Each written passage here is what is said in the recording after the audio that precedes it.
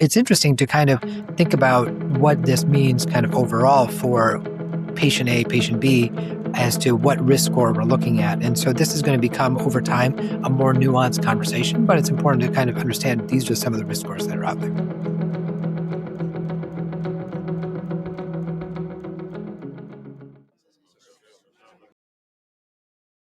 All right, this is Aidan Raney with MurmurMD. We have Gafoor with us today. We're talking about TTVR, low case. Samir is the Director of Structural Heart at Swedish Hospital. Samir, how you doing? Good, sir. How are you, man? We got amazing weather out here in Seattle, like it is 365 days a year. Yeah. So sunny California doesn't own it all when it comes to this. Yeah, you get some beautiful months up there. Yeah, I've been there in the summer. It's awesome. Yeah. Yeah, great. So where do you start? You have a case for us? I do have a case for you guys. So I want to talk about transcatheter tricuspid valve replacement. It gives you a little bit of nuance into the field, as well as kind of how we're doing a few things at Swedish. And I thought it'd be beneficial to kind of go through it. So whenever you're ready, we can get that started. Yep, let's get started. All right. So what we have is a 70-year-old female with severe non-rheumatic tricuspid regurgitation, symptomatic with NYHA class 3. She had a MVR 2005 with a mechanical valve, long-standing persistent AFib on warfarin. She had a prior stroke. Her EF is around 44% with RV dilated, moderately reduced function, TAPSE 1.1, mitral valve, mechanical valve functioning well with severe TR. The no significant CAD, RA is 15, PA is 50/25, and wedge is 16. So a lot of interesting things that we can discuss on this later. We can talk about the EKG, we can talk about the RV function, we can talk about anticoagulation, talk about the PA pressures, but I'm going to keep going on for the moment. Sure. So I put our CT surgery consult here, and we'll talk about risk scores in a second. We did a TE and a CTA TTVR. So in this one, this is, you'll see our surgeon's workup. So the STS mortality risk on this is around 1.56%. And that looks pretty low.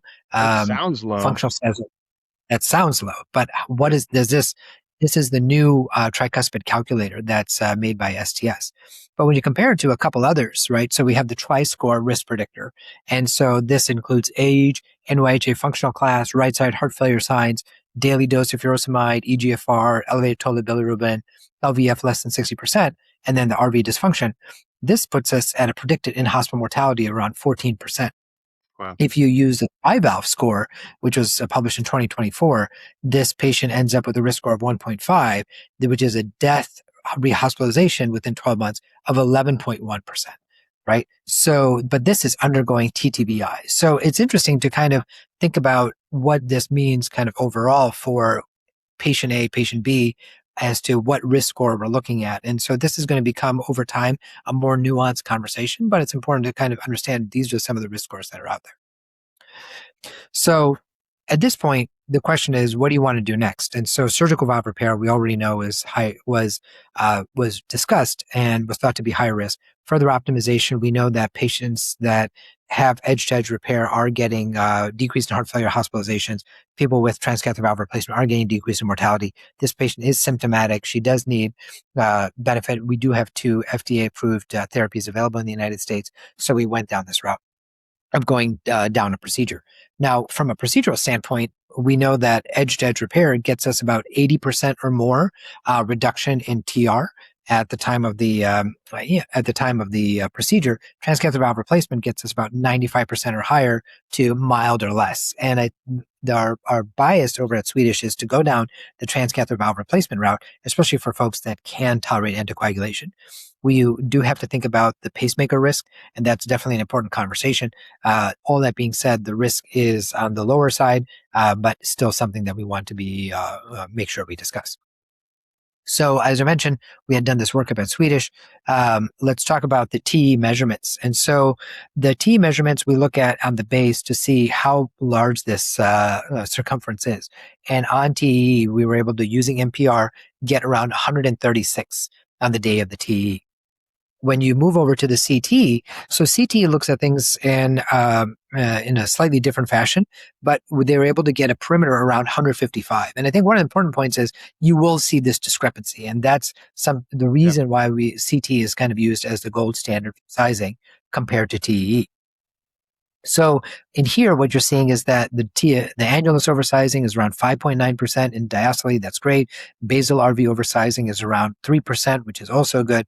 Really no big call outs as far as this patient. The RA height in systole is around 75. Also a good place from where that goes. And now looking at the working room, so this is also an important slide as far as the workup goes. You look to see the IVC to TVA offset distance, so looking from the bottom up. That part also looked good with good overlap. The the overall distance is around 61, which is good. RA height is also sitting at 67. RV depth is another important thing. You want this to be long enough to be able to put the delivery system and the nose cone and the wire. And you look at this all together as kind of the working room. And in this patient, what you're seeing is that it's around 134. The total working room needed is in a super tight one end to end from the delivery system all the way to the wire is around 90 millimeters. So this fits within parameters through a wide variety of evaluation. So in our shop, we moved over from TE for TTVR to ICE-only TTVR. And this came after the Piedmont group started this. And so really kudos to them for making this work. And this is also another thing we can discuss. So stage one, we start off doing general anesthesia, having ICE and TE with a cardiac imager available and present and doing the TE portion. Stage two is moving toward general anesthesia, ICE, and then cardiac imager available. So they were there helping to make sure NPR was done correctly by by sonographers and so on. We then moved over to stage three, which is general anesthesia and ICE. And just recently, we started moving over to stage four, which is conscious sedation and ICE. Also still using an anesthesiologist because we feel at this point we want to make sure that we have the ability to move into general anesthesia if needed. But that's kind of our pathway that we set a while ago. We want to move stage one, stage two, stage three, stage four, and make sure that the lab is comfortable, the patients are comfortable, that we get good outcomes moving our way through. So when we look at TE and ICE, what we see is that the ICE side of things actually had a slightly decrease around 128 when it came to the measurement of perimeter on ICE compared to the TE measurement of 136. So this is an area which I think is going to be pretty much valve specific. And I don't have a great way to tell you, hey, if it looks like this compared to CT, use this valve size or use this valve size. But it really comes back down to percent oversizing. And so if the valve that you're using still has a percent oversizing of 3%, 5% or such, regardless of which way you go, then I think that's where you're going to end up in a good spot. You may have to upsize, you may have to downsize. This is one of the ways that there is a pause point in this procedure after you get the measurements for us to discuss this, think about what size valve to use and so on. So here's the valve in beginning deployment. What you're going to see here is this is the delivery system, and here's the valve, here's the nose cone, here's the wire, here's a mechanical mitral valve, so just kind of orienting you to that side of the picture. Here's the ICE, and we use Philips ICE, and because we have also Philips equipment, there are multiple other ICE probes also available. We use this long gore 12 French dry seal, and that we overinflate to be able to fixate it. The imaging portion of this, if you park it and you get it to sit, is not hard. And what we end up doing is making an NPR, and I'll play this in a second, but this is really set up. So this is the posterior leaflet. Here's the anterior portion of the leaflet of the valve. Here's the septal portion and the lateral portion. So it becomes PASL with the green box. So here's posterior, here's anterior, and then here's septal lateral. So here's the septal portion, here's the lateral portion. This is this is 3D. This is the on-FOSS view. And then from here, you can start doing spins. So I'm going to play that here. What you see here is the valve and the delivery system coming down. Around here, you can see the nose cone. And so just playing that again, you can see that we're going to open up below the level of the valve. This is actually peeking out a little bit with its anchors. One of the things about this valve is not retrievable after the anchors are starting to peek out. So it's very important to have all this stuff set up in place before you start opening and moving forward. Next slide. So this is around mid-deployment. And what you can see here is that the anchors have now, that of these 9 anchors, these are starting to come out. They're turning around. And then when we re-show this, you can see the posterior side, it's up and over. Anterior side, it's up and over. When we look at septal, also up and over. Lateral is a little bit high compared to the annulus, but in this view, it's still up and over. So at this point, we're starting to do spins, and you take this and you start rotating around, and you just start saying, at 5 o'clock, 6 o'clock, 7 o'clock, 8 o'clock, 9 o'clock, and then you work around, make sure that you're up and over in the right side of the green box. What also is another important thing is before you even get to this point, before the delivery system goes in, it's important to identify where your commissures are, like 5 o'clock, 9 o'clock, 12 o'clock, because that will be an area where you will not see a leaflet going up and over. So it's important to catch that and make that part of your evaluation. So here you can see the lateral being high. We then were able to fix it. And then that was fixed at a later point. This is now where you're starting to see kind of getting towards first inflection. And so at this point, the valve is really starting to open. Let me see if I can get that. And all of it is below. All these anchors are there. You want to make sure that all that, sits in a good spot. And then afterward, we get eventually to full release. And it looks great. So the valve technology has definitely grown. Things have moved in a great direction as far as that has been considered. And so this procedure time was around maybe 35 minutes for us. And valve sat well, mechanical valve is working well. The RV also did well. No significant issues. Patient was able to be discharged shortly thereafter. So kind of lessons learned, I think, which is important. TTVR is a safe and effective procedure at reducing TR. TTVR can be performed safely and effectively with ICE guidance. One of the key things is that you have to also match the fluid status from the time of imaging for your CT to the time of the procedure. You want them to be within a pound or so of each other. Ongoing questions for the technology. Pacemaker rate is definitely something that we want to keep a close eye on. Sizing, we talked a little bit about TE versus ICE versus CT. Anticoagulation requirements. Right now, we still feel that even a low-dose DOAC is going to be mandatory all the way through. We talked about risk score calculation. And so variance between STS, TriScore, and TriValve, and then lifetime management of TTVR, kind of what's our valve and valve strategies. These can very easily be treated with an S329.